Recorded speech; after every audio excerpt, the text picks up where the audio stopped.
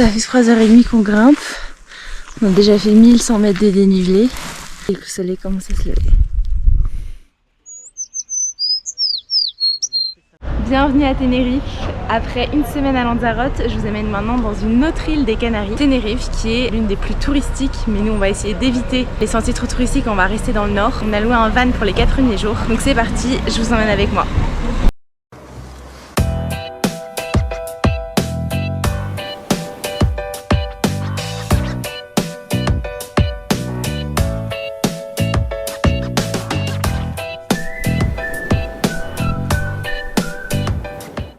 Notre premier stop, Orotava. Là on est sur la place de la Constitution. On voit le TID qui est caché derrière les nuages et les maisons, mais qu'on va gravir un petit peu plus tard dans le séjour. Là on a un peu un microclimat avec un espèce d'énorme nuage au-dessus de nous, mais il fait bien chaud.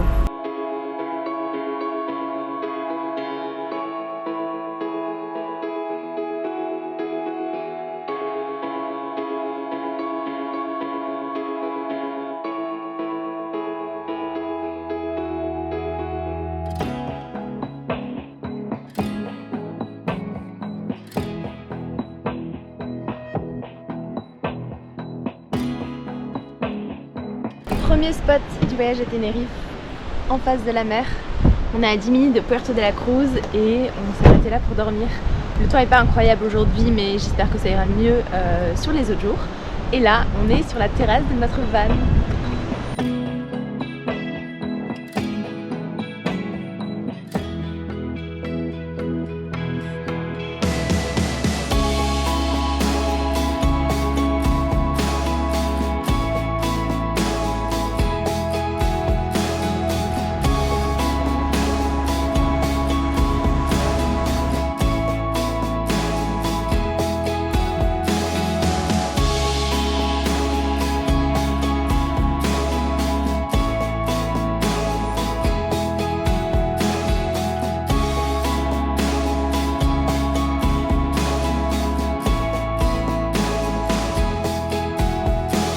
Je suis maintenant arrivée à Puerto de la Cruz, qui est la première station balnéaire de Tenerife, qui résiste tant bien que mal à l'urbanisation. L'ambiance est plutôt chill, plutôt troisième âge aussi. Et là je me trouve devant des piscines qui ont été designées par César Manrique. On le retrouve même à Tenerife et derrière on voit le TID. Alors là on le voit pas, mais il est caché derrière les arbres ici. Ici on voit le TID derrière moi qui est ici.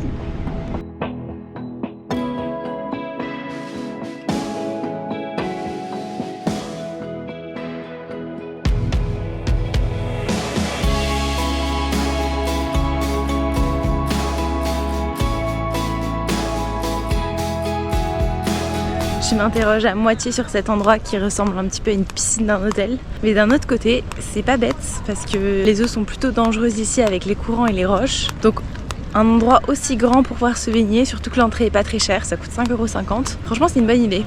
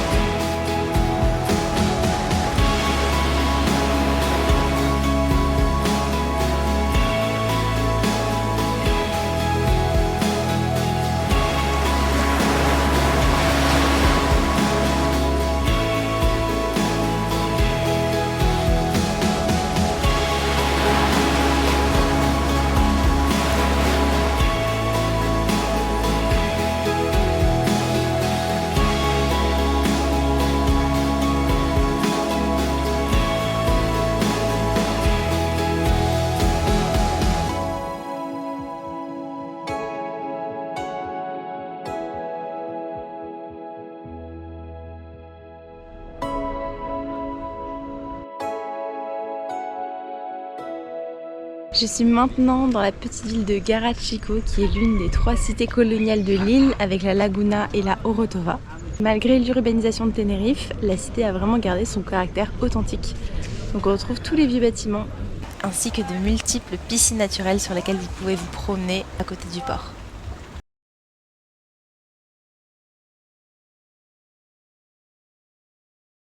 Et là je vous laisse avec des images aériennes de jour comme de nuit de Garachico. Il y a un très joli mirador le long de la route où on peut observer la ville. Je la trouve incroyablement charmante, mais ça je vous laisse en juger par vous-même.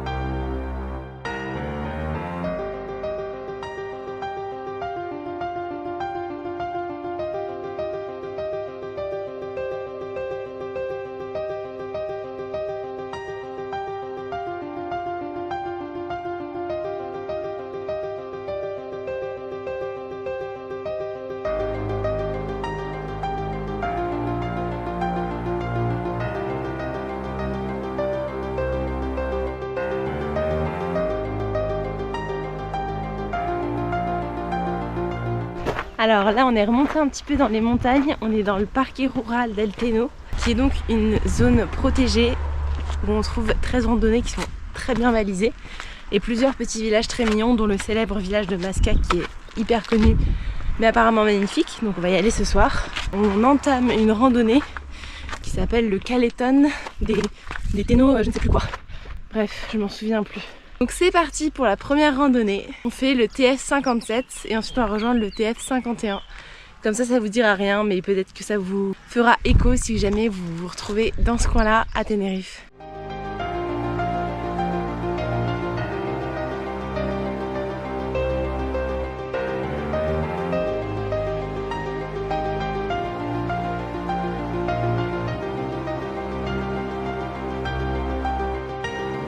Une des particularités du parc rural de Temo, c'est que les paysages ont quasiment pas changé. Depuis 2 millions d'années, ils sont extrêmement préservés de l'urbanisation. Le seul impact qu'on voit, c'est l'érosion sur les volcans, qui ont bien sûr diminué la hauteur, mais ont aussi creusé des espèces de vallées entre les différents sommets.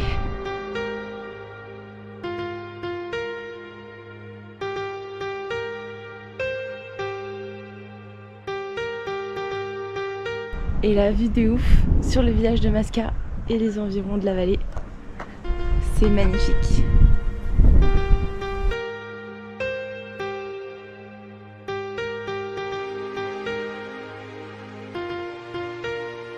Je suis maintenant à Masca, c'est la cité qu'on voit derrière moi, c'est assez irréel. C'est une cité qui nous donne l'impression d'être coupée du monde. Et pour dire, elle a été reliée à la civilisation et au reste de l'île seulement en 1960. Avant ça, on n'y circulait que grâce à des chemins de muletiers, c'est-à-dire des chemins où on circulait en mule. Donc aujourd'hui, elle a été ouverte au public. Il y a assez peu de place pour se garer. Je crois qu'en haute saison, il y a des bus qui circulent. L'environnement est incroyable. C'est dans le volcan qui a été en fait travaillé grâce à l'érosion sur des millénaires et des millénaires. Donc on se trouve comme dans une petite vallée qui donne d'ailleurs jusqu'à la mer de ce côté-là. Magnifique. Allez, c'est parti pour l'exploration.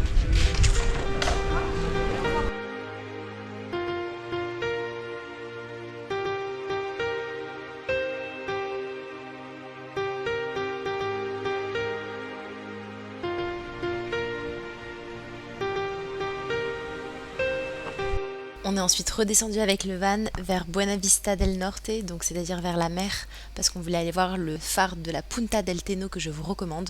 Renseignez-vous en avance sur les horaires parce que l'accès au phare et à la route est très régulé et il y a de nombreux créneaux où on ne peut pas y accéder en voiture.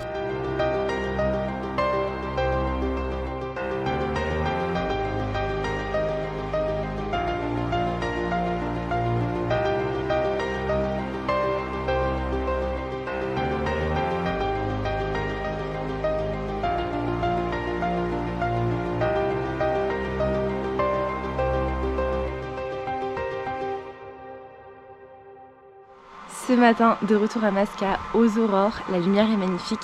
En fait, ici, il y a une randonnée qui me permet d'aller dans les gorges à l'intérieur jusqu'à une plage. Il y a 750 mètres de dénivelé et il faut réserver sa place entre 2 et 3 mois à l'avance. Ou alors, le jeudi et vendredi qui précèdent la randonnée, puisqu'elle est ouverte que les week-ends, on peut essayer d'appeler pour voir s'il reste des places. Donc nous, c'est ce qu'on a fait. Et donc là, on va entamer la randonnée.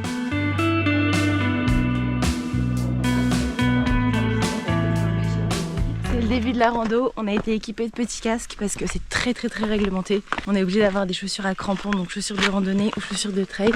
Et il y a des checkpoints avec des personnels officiels de la randonnée pour s'assurer que tout va bien côté sécurité et de nous assister en cas de problème. Vraiment, on n'avait jamais vu ça, mais au moins on se sent rassuré, sauf si une grosse pierre nous tombe sur le crâne.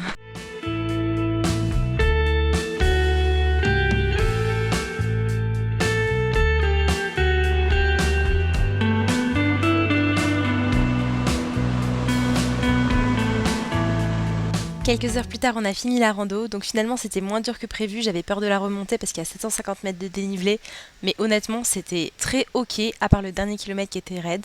Et là donc direction les falaises de Los Gigantes qui sont absolument incroyables. On va y aller par bateau, donc on va avoir la vue sur la randonnée de ce matin. Et également j'ai réservé une excursion pour admirer les cétacés qu'on peut trouver ici, donc il y a des baleines pilotes et des dauphins.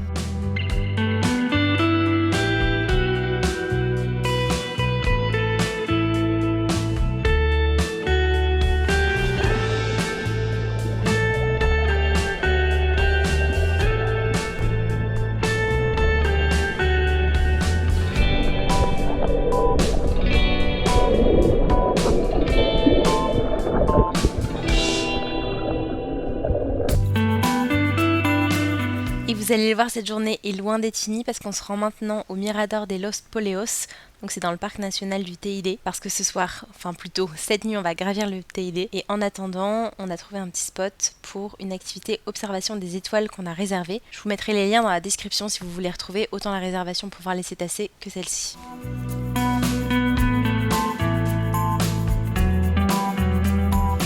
Il est 3h du matin et nous voilà partis en expédition pour le volcan Teide. Donc notre but c'est d'y arriver pour le lever du matin et on a 1300 mètres de dénivelé. Voilà, et là on marche sur la route parce qu'il n'y avait plus de place sur le parking. Il y avait déjà trop de monde.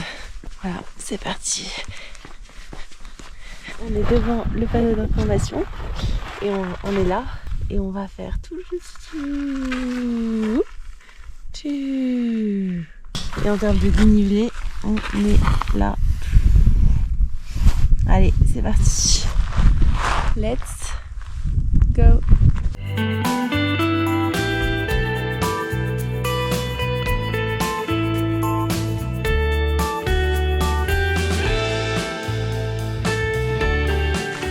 Ça fait 3h30 qu'on grimpe. On a déjà fait 1100 mètres de dénivelé. Je suis exténuée et il nous reste le sommet, le pic derrière nous et le soleil commence à se lever.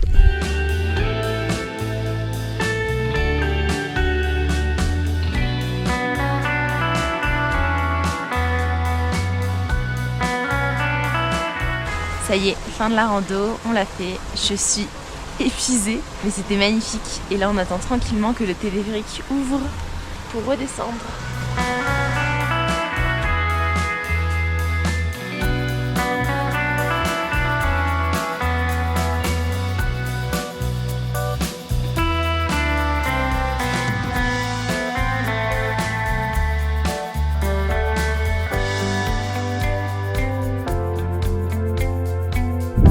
Là, on découvre aujourd'hui en voiture les paysages hyper divers du parc national du Teide.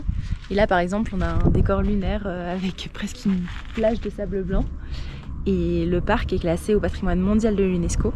Et en fait, on visite ça dans la caldeira du volcan, c'est-à-dire le cratère du premier volcan qui a explosé il y a des millions d'années et qui fait 17 km de diamètre, ce qui est vraiment énorme.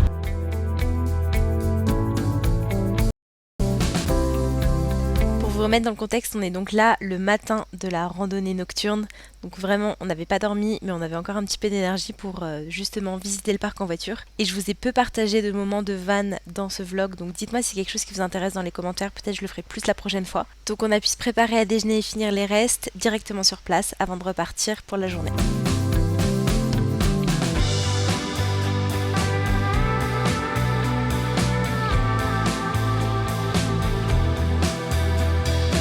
Là, on est dans la région à l'extrémité nord-est de l'île. On est dans le parc rural des Anaga, qui est une réserve de biosphère. C'est une zone qui a aussi été très préservée de l'urbanisation et on trouve des forêts primaires qui sont intactes depuis des millénaires. C'est une région particulière aussi, c'est la plus verte de l'île parce que c'est un massif montagneux qui est exposé au vent qui remonte de l'Atlantique et qui est donc très humide. Donc c'est pour ça qu'on a une végétation qui est aussi importante et que tout est vert à proximité.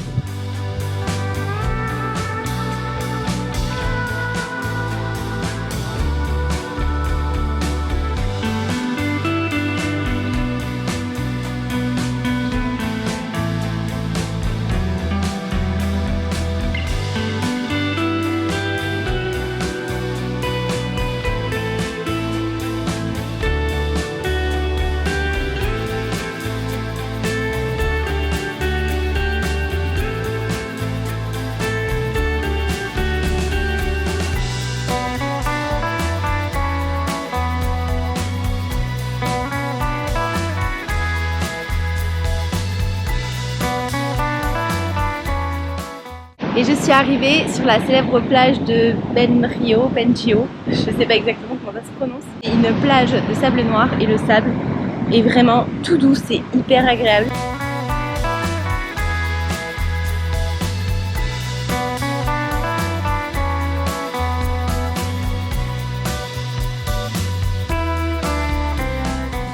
Donc maintenant on visite la Laguna, c'est vraiment un trésor d'architecture coloniale. Ça a longtemps été la ville la plus importante de Tenerife. Et là je me trouve dans l'artère commerciale avec beaucoup de maisons qui datent des 17 et 18e siècles, très colorées.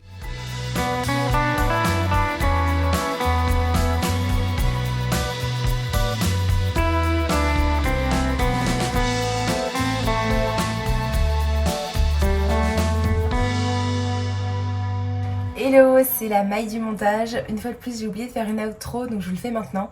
J'espère que cette vidéo sur Tenerife vous a plu, que ça vous a donné envie de visiter les Canaries avec la découverte de Lanzarote juste avant. N'oubliez pas de vous abonner si ce n'est pas le cas et de me laisser un petit pouce bleu pour me soutenir. Et à très bientôt pour de nouvelles explorations en France et en Europe.